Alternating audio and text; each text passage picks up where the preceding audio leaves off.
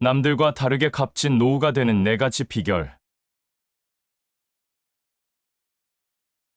돈이면 안 되는 거 없이 다 되는 세상이지만 인생만큼은 억만금을 줘도 살 수는 없습니다. 이런 귀한 인생을 쓸데없는 것에 낭비하는 사람들이 있지만 나이 들어서까지도 이걸 깨닫지 못하는 것은 보통 문제가 아니죠. 과거로 시간을 거슬러 올라가는 영화나 드라마가 있습니다. 백투더퓨처나 재벌집 막내 아들과 같이 과거로 돌아가서 변화를 일으키는 내용이 있습니다. 이런 드라마나 영화를 보면 아주 사소하고 작은 일을 바꾸는 것만으로도 세월이 흘러 다시 오늘이 되었을 때 엄청난 변화를 가져옵니다. 그런 내용을 보고 동감하면서도 우리가 잊고 있는 것이 있는데, 지금 우리가 습관대로 살지 않고 자그마한 무언가라도 바꾸면 우리의 미래도 엄청나게 바뀔 수 있다는 사실입니다. 과거로 되돌아가는 영화 속에만 있는 것이 아닙니다. 지금이 우리가 과거로 돌아왔다고 생각하고 바꿀 수가 있는 것이죠. 우리들의 소중한 인생을 허투루 낭비하지 않고 값진 인생으로 탈바꿈할 수 있는 비결에 대해서 나눠보고자 합니다. 나이를 먹으면 먹을수록 시간이 빨리 흐른다고 합니다. 이제는 남은 인생을 값지게 살지 못하면 너무나도 아깝죠. 값진 인생으로 탈바꿈할 수 있는 비결 첫 번째는 인간관계 재정비입니다. 봄이 오면 새로운 마음으로 봄맞이 대청소를 하죠. 한동안 사용하지 않아 자리만 차지하고 있는 물건들이 있다면 당근마켓에 내놓기도 하면서 정리를 합니다. 이렇게 1년에 한 번씩이라도 집안 안팎을 정리해야 생활이 정돈되고 집안 공간도 넓게 쓸 수 있습니다. 봄맞이 대청소하듯 인간관계도 주기적으로 재정비를 해야 합니다. 서로 연락 한번 하지 않는 사람이 주소록에 남아있다면 세월과 함께 지나간 사람이니 그냥 깔끔하게 삭제하는 게 좋습니다. 그뿐만 아니라 마음 아프게 했던 사람, 상처 준 사람들도 과거에 얽매이지 않고 정리해야 합니다. 마음 졸이고 아파하고 슬퍼하고 미워해도 그 사람들은 어차피 인생에서 그냥 지나치는 사람들일 뿐입니다. 그들에게 연연하면서 소중한 내 인생과 에너지를 낭비할 필요가 없습니다. 좋은 사람이었는데, 좋은 친구였는데도 불구하고 어찌어찌 살다 보니 한동안 연락을 못했다면 서로 대청소 대상으로 분류되기 전에 다시 연락해서 관계를 복원하는 적극적인 행동도 아주 좋습니다. 대청소라고 꼭 버려야 할 대상만 찾아내는 것은 아닙니다. 뜻밖의 옷장에서 입을 만한 좋은 옷을 발견하는 것처럼 옛 친구를 찾아 관계를 복원시킬 수도 있습니다. 두 번째, 아침형 인간으로 사는 것입니다. 성공적인 인생을 살기 위해서 변화를 모색하는 사람들이 제일 먼저 시도하는 것이 바로 아침형 인간이 되는 것입니다. 미라클 모닝이라는 말도 있죠. 성공담을 들어보면 대부분 아침 4시, 5시에 하루를 시작하는 사람들이 꽤 많습니다. 그런데 아침이기보다는 새벽에 가까운 그 이른 시간에 일어나기 위해 도대체 이 사람들은 몇 시에 잠자리에 드는지 그런 이야기를 하는 사람들은 찾아볼 수가 없습니다. 잠에서 깬 시간만 말하고 왜 잠자리에 드는 시간은 말하지 않을까 싶습니다. 아침형 인간으로 사는 사람들은 늦어도 밤 10시면 잠을 잡니다. 생체 리듬에 딱 맞게 생활을 하니 그 이른 시간에 맑은 정신으로 깨어날 수 있는 겁니다. 더구나 이런 생활을 유지하기 위해서는 술도 절제해야 하고 늦은 밤까지 TV를 보며 깨어있는 일도 없어야 합니다. 어떻게 보면 그만큼 자기 관리에 철저해야만이 아침형 인간으로 살아갈 수 있다는 뜻이죠. 그래서 결론적으로 아침형 인간이 성공한다는 얘기가 나오는 것이 아닐까 싶습니다. 자기 관리에 철저한 사람이 성공할 가능성이 아무래도 높으니까 말입니다. 숙면을 유도하는 호르몬인 멜라토닌이 뿜어져 나오는 시간에 잠들어야 숙면을 잘할 수 있고 피로 회복과 원기를 보충하는 데도 최고의 효과를 볼 수 있습니다. 아침형 인간은 이런 생체 리듬을 최대로 활용해서 사는 사람들입니다. 이제부터는 아침형 인간에 대한 이야기를 들으신다면 일찍 일어나는 것뿐만이 아니라 일찍 잠자리에 들어 숙면을 하자는 거라는 것을 먼저 기억해야 합니다. 세 번째, 단기적인 운동이 아닌 지속적인 운동을 한다. 운동하는 것만큼 시간을 값지게 그리고 빛나게 쓰는 일도 없습니다. 더구나 운동만큼 우리가 노력한 효과를 그대로 볼 수 있는 것도 없습니다. 운동의 결과는 노력한 만큼 보상이 잘 나오기 때문이죠. 운동으로 달라지는 자신의 모습과 능력을 직접 확인할 수 있으니 그만큼 재밌고 보람찬 일도 없습니다. 세상사 뜻대로 되는 일이 없어서 재미없다지만 내 몸만큼은 내 뜻대로 바꿀 수 있습니다. 몸을 움직이는 것은 오직 자신의 의지와 실천이 따라야 하는 일입니다. 자기 주도적이어야 한다는 것이죠. 하루하루 달라지는 몸매와 능력치를 느끼면서 우리는 성취감과 자신감을 얻게 됩니다. 그래서 성공하고 싶으면 자기 몸부터 챙기라는 말이 있지 않은가 싶습니다. 몸매가 달라지면 인생도 달라집니다. 이제는 마음만 먹고 하루 이틀 운동하고 그만두는 것이 아니라 꾸준하게 해야 합니다. 네 번째는 쓸데없는 고집과 강박에서 벗어나는 것입니다. 강박은 마음의 족쇄이고 감옥입니다. 습관적 강박에 사로잡히면 평생을 감옥살이하는 죄수처럼 살아가야 합니다. 어쩌면 죄수보다 더할 수도 있습니다. 죄수는 심판을 받고 죗값을 치르는 것이니 몸은 좀 힘들어도 마음은 편할 수 있지만 강박은 불안으로 마음이 아주 힘들죠. 그러니 죄수보다 못한 생활을 하고 있는 것입니다. 우리 모두에게는 크고 작은 강박이 있습니다. 자녀들에게 훌륭한 면만 보여줘야 한다는 강박, 집안을 깨끗이 하고 싶어 계속 쓸고 닦아야 하는 강박, 흐트러진 것은 용납하지 못하는 강박, 외출한 후 가스레인지를 끄고 나왔는지, 현관문은 잘 잠갔는지 하는 불안이 머리를 떠나지 않아 외출하는 동안 내내 마음이 찜찜한 강박도 있을 수 있습니다. 습관적인 강박이 꼭 눈에 띄는 행동으로 나타나는 것은 아닙니다. 일종의 징크스라고 생각하는 것도 강박일 수 있고, 식후에는 커피를 꼭 마셔야 한다는 것도 강박의 일종일 수 있습니다. 심각한 강박 증세라면 전문의를 만나봐야 하겠지만, 낮은 단계의 강박이라면 견디는 힘을 기르는 것으로 벗어날 수 있습니다. 불안과 초조함이 몰려오겠지만 오늘은 10분, 내일은 15분, 모레는 20분 이렇게 견디는 시간을 늘려가는 것으로 내성을 키울 수 있고 또 익숙한 행동에서 벗어나 새롭고 낯선 경험과 행동으로 강박의 영역에서 아주 멀리 떨어져 나오는 시도도 해볼 만합니다. 작고 사소해 보이는 습관이나 좋지 못한 관계를 바꾸고 정리하면 앞으로 다가올 미래에 큰 파장을 미치고 놀랄 만한 변화를 가져올 수 있습니다. 그러한 변화는 우리의 값진 인생에 대한 행복한 결말을 만들어냅니다. 오늘 영상을 보신 모든 분들은 항상 값진 인생만을 사시길 진심으로 바라겠습니다. 잘 알려지지 않은 노후 준비의 5가지 진짜 현실. 노후 준비는 정말 기사도 많고 관련 영상과 글도 너무나도 많은데 어떤 기준으로 시작해야 할지 막막한 것이 사실입니다. 오늘은 해외 유명 은퇴 연구소에서 발표한 노후에 대해 우리가 잘 알지 못하는 5가지 현실을 토대로 이야기를 나눠보고자 합니다. 첫 번째, 노후는 생각보다 길다는 것. 이것은 분명 좋은 소식이기도 하지만 이유 모를 불안감도 엄습합니다. 우리는 대개 평균 수명이 몇 살이다라는 통계 자료를 근거로 우리가 대충 이 정도는 살겠구나 이렇게 감을 잡습니다. 근데 이 평균 수명이라는 개념은 노후 준비를 할 때는 그리 유용하지가 않습니다. 평균 수명은 병으로 인한 사망이나 사고사 등을 포함해서 특정 지역에서 일정 기간 동안의 사망자의 평균 수명을 계산한 통계 자료입니다. 죽은 사람들을 가지고 낸 통계 자료죠. 우리가 몇 살까지 살 수 있을까 생각할 때 병으로 죽을 수도 있다거나 사고사를 당할 수도 있다거나 염두를 두지 않습니다. 그래서 우리에게 유의미한 통계 자료는 바로 평균 수명이 아니라 기대 여명일 수 있습니다. 기대 여명, 즉 얼마나 더 생명이 남아있느냐라는 말입니다. 그래서 기대 여명은 특정 연도의 특정 연령의 사람이 얼마나 살 수 있는가, 얼마나 인생이 남았는가를 나타내는 지표입니다. 평균 수명은 사망자를 기준으로 산출한 나이고, 기대 여명은 현재 생존해 있는 사람들이 얼마나 더 살 수 있는지를 예측하는 지표라고 할 수 있습니다. 그래서 노후 준비를 하는 데 있어서는 평균 수명보다 기대 여명이 더 유용합니다. 현재 대한민국 남성의 평균 수명은 79.7세, 여성은 85.7세입니다. 하지만 현재 생존해 있는 사람들은 이보다 더 오래 살겠죠. 예를 들어 50세 남성의 기대 연명은 32년입니다. 즉, 50살에 32년을 더하면 82세까지 살 수 있다는 말입니다. 이와 같은 맥락으로 50세 여성의 기대 연명은 37년으로 87세까지 살 수 있다는 이야기죠. 평균 수명보다 더 오래 산다는 말입니다. 더 재밌는 것은 평균 수명은 사망자들을 기준으로 계산을 하기 때문에 그 결과값이 변하지 않지만 기대 여명은 생존자를 기준으로 얼마나 더 살 수 있는지를 계산하는 것이기 때문에 지속적으로 변화합니다. 살아있는 동안 의학 기술이나 복지 정책, 이런 것들이 변수로 작용해서 기대 여명은 더 늘어날 수가 있습니다. 그래서 노후 준비를 계획하고 설계할 때는 평균 수명보다는 기대 여명이 어떻게 되는지를 기준으로 해야 실용적입니다. 두 번째, 60세가 넘으면 평생 들어가는 의료비의 절반을 쓴다는 것.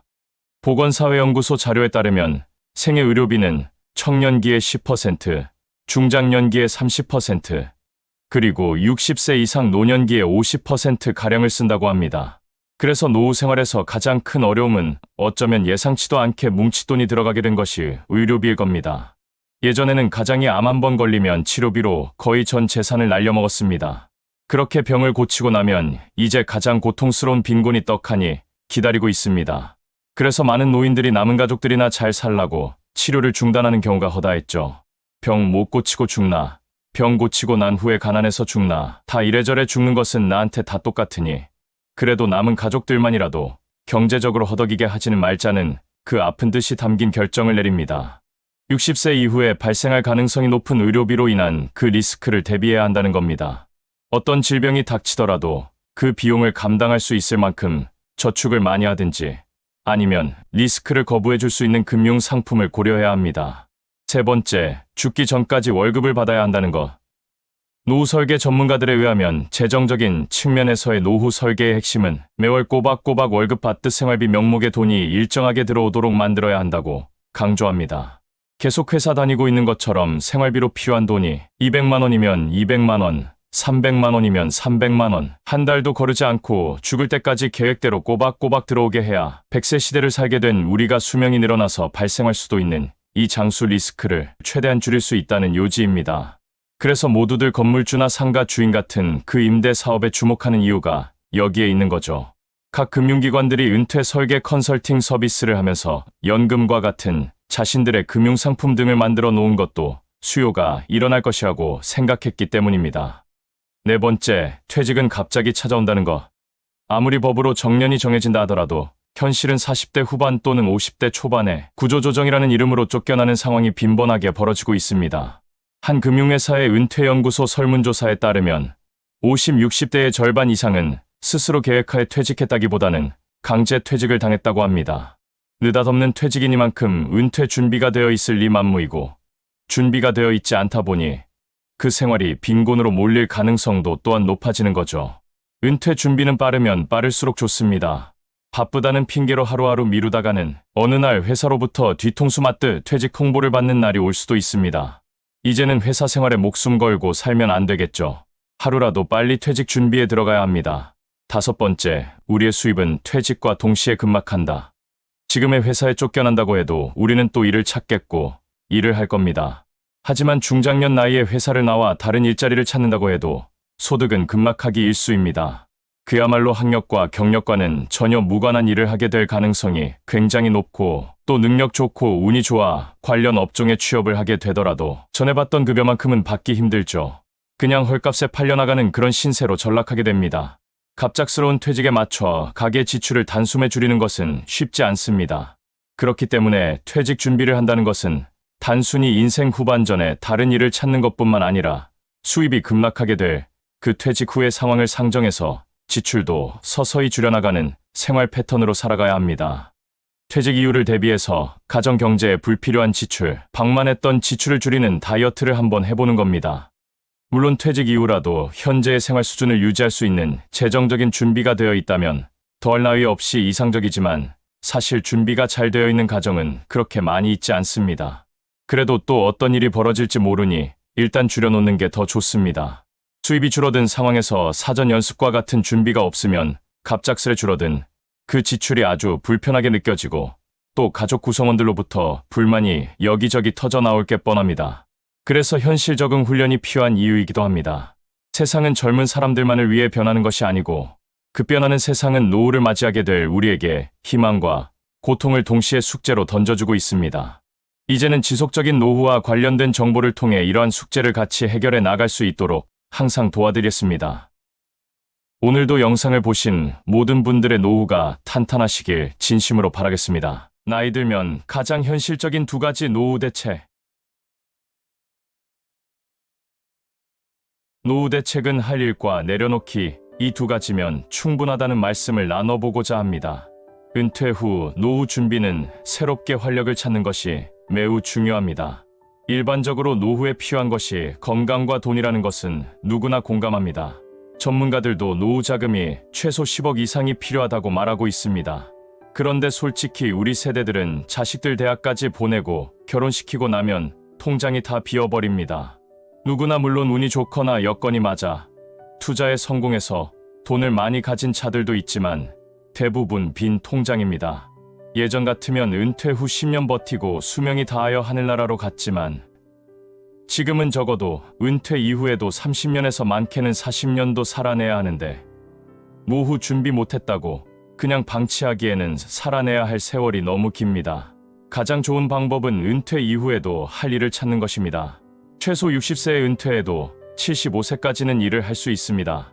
할 일을 찾아 활동하면 건강과 돈이 한 번에 해결됩니다. 일을 하면서 활동하니 자연스럽게 건강은 따라오고 또 많지는 않을지라도 일을 하면 작은 돈이라도 들어오게 되어 있습니다. 그렇기 때문에 은퇴 이전부터 은퇴 이후에 할 수 있는 일을 찾고 본인이 이미 은퇴했다면 지금이라도 늦지 않았으니 할 일을 찾아보는 것도 굉장히 중요하죠. 의지만 있다면 얼마든지 할 일을 찾을 수 있습니다. 물론 고상한 일이 아니더라도 나이 먹어도 할 수 있는 일, 자기만의 노하우가 필요한 일을 백방으로 찾아보면 찾을 수 있습니다. 누구든지 자기 처지나 환경에 꼭 맞는 일을 찾아보면 얼마든지 할 일을 찾을 수 있죠. 또 하나의 노후 대책은 내려놓기입니다. 나이 들면 버리고 비우라는 말씀을 많이 들어보셨을 겁니다. 주위에서 노후 대책 제대로 하려면 수십억이 있어야 한다는 말에 스트레스를 받는 사람들이 많았지만 요즘에는 마음을 비우고 살라는 여러 조언들을 통해 마음이 편해지는 삶을 사는 사람들도 많아졌죠. 즉, 자기 분수보다 지나치게 높게 생각하는 노후 대책 때문에 근심 걱정하면 오히려 건강만 망치니 가능한 범위에서 노후를 준비하면서 모든 것에서 욕심을 줄이고 사는 지혜가 필요합니다.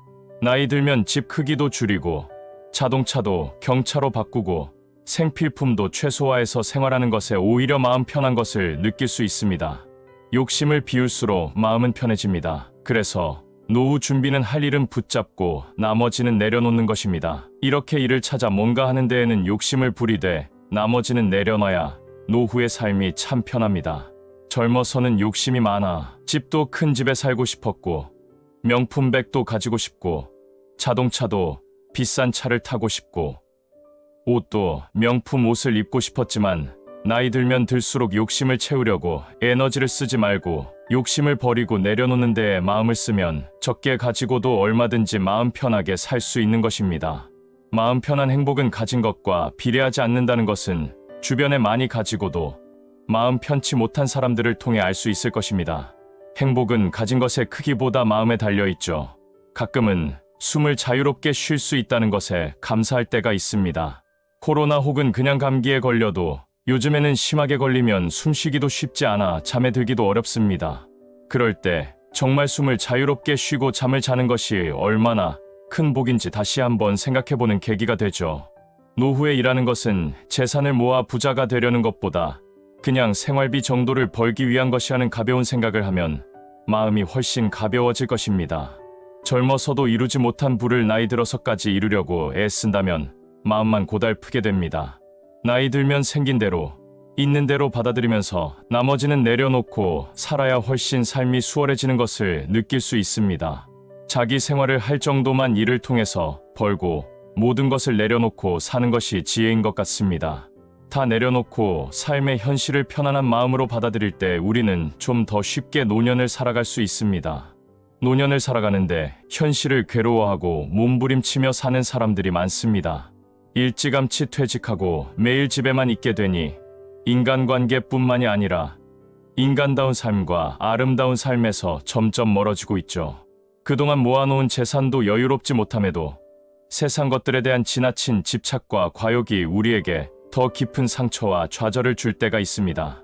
돈에 가장 우선적 가치를 두고 있기 때문에 삶이 극도로 피폐해지고 비참해지기도 하죠. 이제 살 만큼 살았으니 대폭 내려놓고 욕심을 부리지 않아야 합니다. 목숨 걸고 주려고 하는 그 모든 것들이 실상은 머지않아 사라지게 되는 것임을 잊지 말아야 하죠. 우리들은 어깨에 짐을 많이 지고 살아왔습니다. 어려서는 부모님의 양육 방식이 그러했기에 아무것도 모르고 그렇게 자랐고 커서는 욕심을 가지고 이것저것 도전하면서 피치 못하게 고생을 많이 했습니다. 앞으로는 너무 애쓰지 말아야 합니다. 우리 모두 노후 대책으로 할 일 하나만 찾아서 모든 것을 내려놓고 편안하게 남은 세상 살아볼 수 있기를 진심으로 바라겠습니다.